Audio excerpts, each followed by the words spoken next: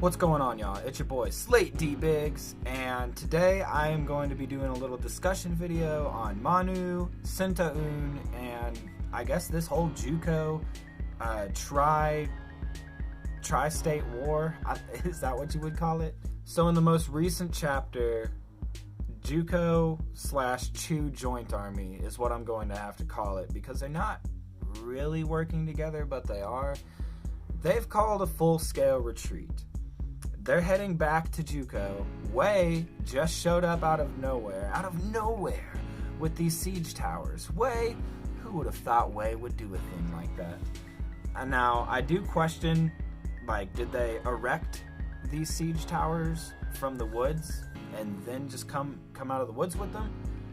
There's no way, even, forget scouts, just regular villagers and shit, people walking around hey, what the fuck are those? Siege towers. I think we should go tell someone about this, Not that that's a complaint or anything. So, the whole Juuko army is headed back to Juuko, and they're about to wage on the walls with the siege towers. They're gonna have to get up there quick, because they're about to have armies coming at them from behind, and it might just completely devastate that whole portion of Wei's army, which would be extremely not beneficial for Wei. In the long run, if they can get a hold of Juuko, maybe they can still come away with a little something, but if fucking everyone dies here, they took a gamble that they shouldn't have. And I'm kind of feeling like they weren't fully prepared for who they were going to be facing. I mean, I know that they don't have the most information, but they should still know that Juuko's just never been conquered. And it's technically a part of Chu, but not a part of Chu. So these are some bad motherfuckers. Which really makes me question, what the fuck is going on with ManU? For real. Because it's not like he didn't know how much force he should put into that first swing whenever him and ManU met. And ManU could have killed him on the ground right there. ManU was looking pretty sad and pathetic on the ground. Even his horse was like, bro, get up, you're embarrassing us. So ManU taunts ManU, and he wants to bring the best out of ManU. And I'm getting some real younger Toguro vibes, specifically from Yu Yu Hakusho, where, Toguro was more like, I want somebody to beat me. I think ManU wants someone to beat him, but not like he wants to lose. He wants the challenge, which is why he puts himself in crazy situations similar to what we saw Sentaun doing before the retreat was called. Because Sentaun was just barreling into the Wei headquarters, and then he got Rokuomi, the legend, Rokuomi, coming up on him from behind. We got, I think his name was Ryuhan, and the Golden Cavalry coming from the side. Sentaun still had one direction of escape whenever this retreat was called.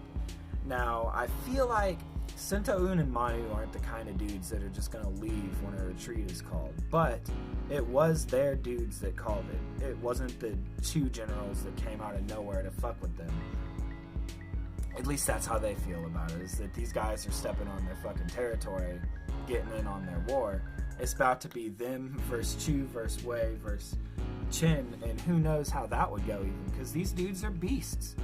And that brings me to ManU and Sentaun specifically, where I feel like, especially with the burden being lifted off of his shoulders, whether that's the allegiance that he felt to his country that had fallen, or just maybe I don't know specifically what ManU meant by that, but there's a lot of symbolism there that you could interpret it as. And maybe it's just the will to survive.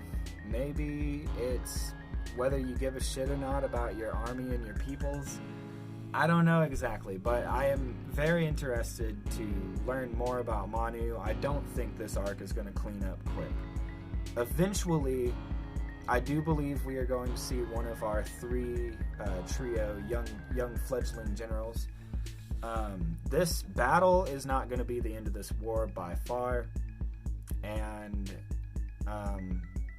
just looking forward to see how this evolves. Chu could send in a lot more reinforcements, and who knows what Chin's going to have to do. Like, they can't pull too many people away from the Zhao border, and who, you know, like, what is Han? Chopped liver? What the fuck are they doing? Or wait, is that Han or Chi? I think it's Chi, maybe. Ultimately, ManU and Sintoun's downfall in this arc is just going to be their willingness to throw themselves into crazy situations just to see if they can actually stop them, if they can actually halt their advance. And so far, it's not looking good for our boys. I'm going to be honest. This arc is going to be a struggle, and I'm actually really intrigued by ManU. Sintoun, not so much. He's just kind of like, I'm crazy, I want to kill people, someone try and kill me. I'm the immortal Sintoun! Do you guys think this arc would be better if it had our boys in it? Or do you think it's good that they're stepping away from the trio a little bit to give some other characters development? Let me know in the comments down below. Also, what do you think of Sintoun? Is he boring? Do you want to find out more about him? I personally am really intrigued by him, and I'm really hoping that this battle does drag out. Maybe not as long as the Western Zhao invasion arc, but yeah, let's drag it out a little bit. No reason to cut it off here. But, you know, I gotta say, for Hara's sake, there is a lot left of China to conquer. So, if you want to progress in your story, you better start turning the wheels, buddy. Because I believe Hara said that he was even going to go to the end of the Qin dynasty, which ultimately happens 11 years after Aisei's passing, if I remember right. Maybe 4.